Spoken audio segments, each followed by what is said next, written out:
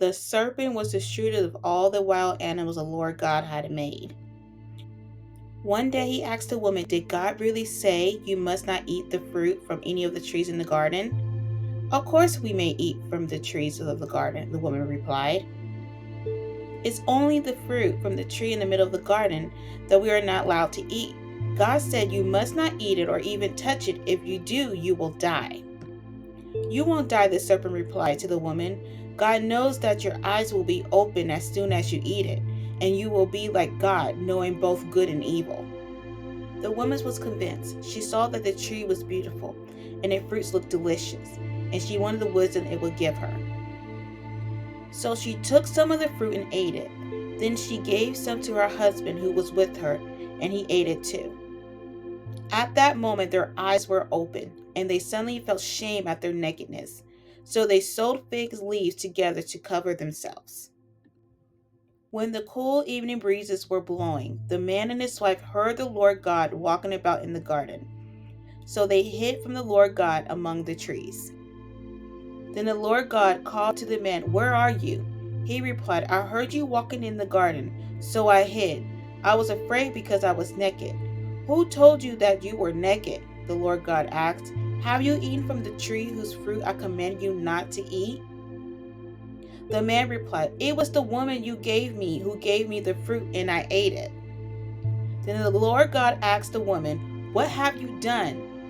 "The serpent deceived me," she replied. "That's why I ate it." Then the Lord God said to the serpent, "Because you have done this, you are cursed more than all the animals, domestic and wild. You will crawl on your belly, groveling in the dust as long as you live. And I will cause hostility between you and the woman, and between your offspring and her offspring. He will strike your head, and you will strike his heel." Then he said to the woman, "I will sharpen the pain of your pregnancy, and in pain you will give birth, and you will decide to control your husband, and he will rule over you."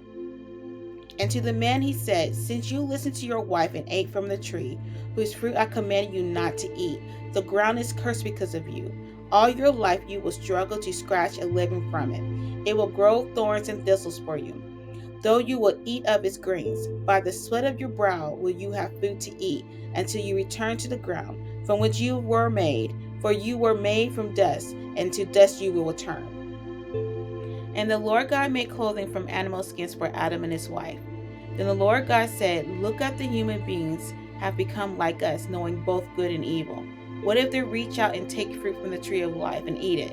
Then they will live forever." So the Lord God banished them from the Garden of Eden, and he sent Adam out to cultivate the ground from which he had been made. Then the man Adam named his wife Eve, because she will be the mother of all who live. After sending them out, the Lord God stationed mighty cherubims to the east of the Garden of Eden, and he placed a flaming sword that flashed back and forth to guard the way to the tree of life.